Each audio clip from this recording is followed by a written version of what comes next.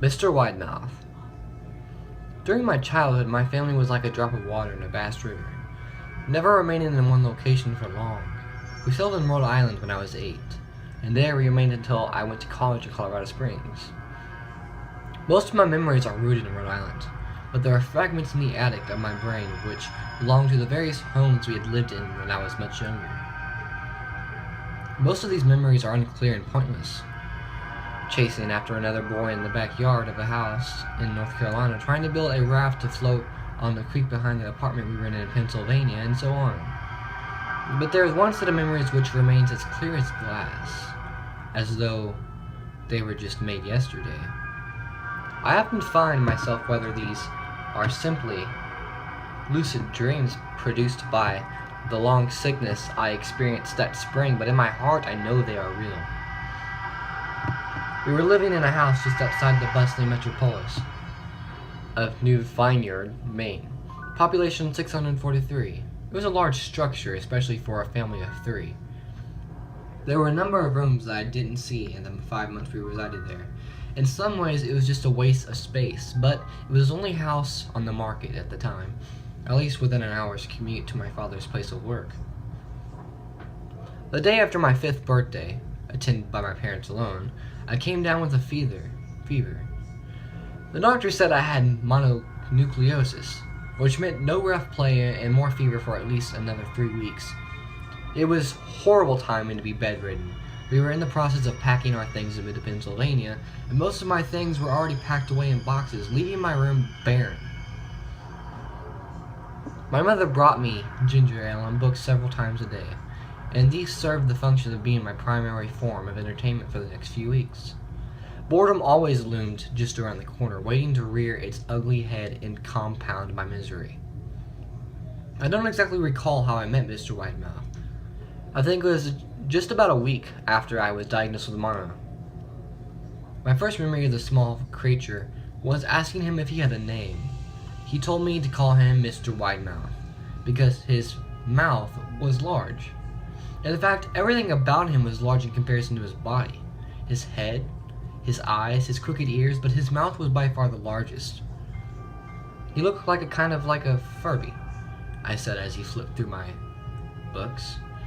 Mr. Widemouth stopped and gave me a puzzled look. Furby? What's a Furby? He asked. I shrugged. You know, the toy. The little robot with big ears. You can pet and feed him. Almost like a real pet. Oh, Mr. Widemouth resumed his activity. You don't need one of those. They aren't the same as having a real friend. I remember Mr. Widemouth disappearing every time my mother stopped by to check on me. I lay under your bed, he later explained. I don't want your parents to see me because I'm afraid they won't let us play anymore. We didn't do much during those first few days. Mr. Widemouth just looked at my books, fascinated by the stories and pictures they contained. The 3rd or 4th morning after I met him, he greeted me with a large smile on his face. I have a new game we can play, he said. We have to wait until after your mother comes to check on you because she can't see us play it. It's a secret game. After my mother delivered more books and so at the usual time, Mr. Widemouth slipped out from under the bed and tugged my hand. We have to go to the room at the end of the hallway, he said. I objected at first as my parents had forbidden me to leave my bed without permission. But Mr. Widemouth persisted until I gave in. The room in question had no furniture or wallpaper. Its only distinguishing feature was a window opposite to the doorway. Mr. Widemouth darted across the room and gave the window a firm push, flinging it open. He then beckoned me to look out the window and at the ground below. We were on the 2nd story of the house, but it was on a hill, and from this angle the drop was farther than the 2 stories due to the incline. I like to play pretend up here, Mr. Widemouth explained. I pretend there is a big soft trampoline below this window, and I jump. If you pretend hard enough, you bounce back up like a feather. I want you to try. I was a 5-year-old with a fever, so only a hint of skepticism darted through my thoughts as I looked down and considered the possibility. It's a long drop, I said. But that's all part of the fun. It wouldn't be fun if it was only a short drop. If it were That way, you may as well just bounce on a trail trampoline. I toyed with the idea, picturing myself falling through thin air only to bounce back to the window, only seen on something unseen by human eyes. But the realist in me prevailed. Maybe some other time, I said. I don't know if I have enough imagination. I could get hurt. Mr. Widemouth's face contorted into a snarl, but only for a moment. Anger gave way to disappointment. If you say so, he said. He spent the rest of the day under my bed, quiet as a mouse. The following morning, Mr. Widemouth arrived, holding a small box. I want to teach you how to juggle, he said. Here are some things you can use to practice before I start giving you lessons. I looked in the box. It was full of knives. My parents will kill me, I shouted, horrified that Mr. Widemouth had brought knives into my room. Objects that my parents would never allow me to touch. I'll be spanked and grounded for a year. Mr. Widemouth frowned. It's fun to juggle with these. I want you to try it. I pushed the box away. I can't. I'll get in trouble. Knives aren't safe to just throw around in the air. Mr. Widemouth's frown deepened to a scowl. He took the box of knives and slid under my bed, remaining there the rest of the day. I began to wonder how often he was under me. I started having trouble sleeping after that. Mr. Widemouth often woke me up at night, saying he put a real trampoline under the window, a big one that I couldn't see in the dark. I always declined and tried to go back to sleep, but Mr. Widemouth persisted.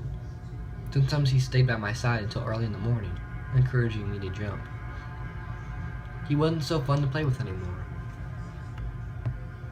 My mother came to me one morning and told me I had permission to walk around outside. She thought the fresh air would be good for me, especially after being confined in my room for so long.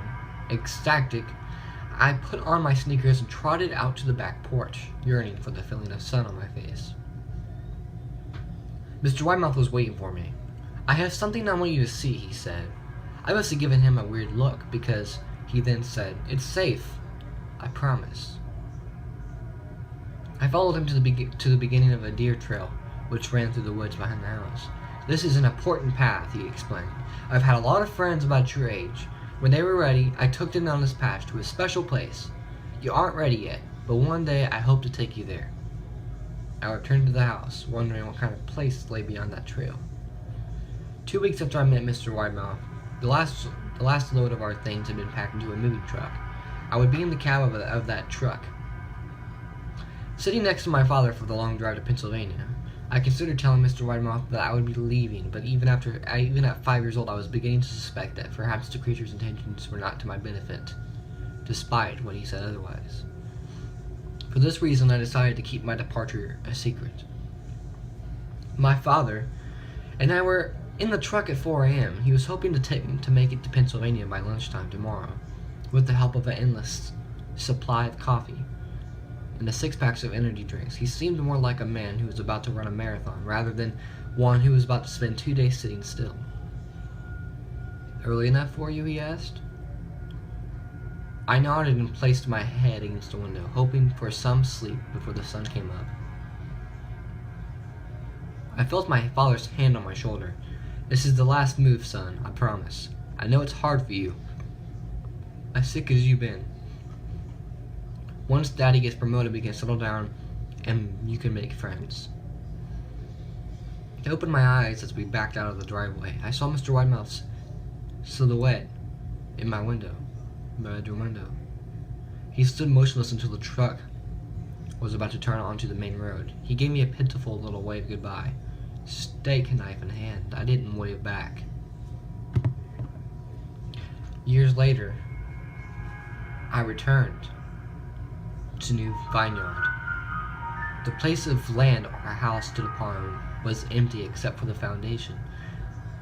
As the house burned down a few years after my family left, out of curiosity, I followed the deer trail that Mr. Widemouth had shown me.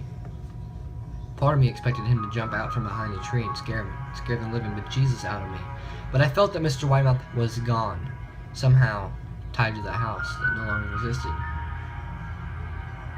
The trail ended at the New Vineyard Memorial Cemetery, I noticed that many of the tombstones belonged to children.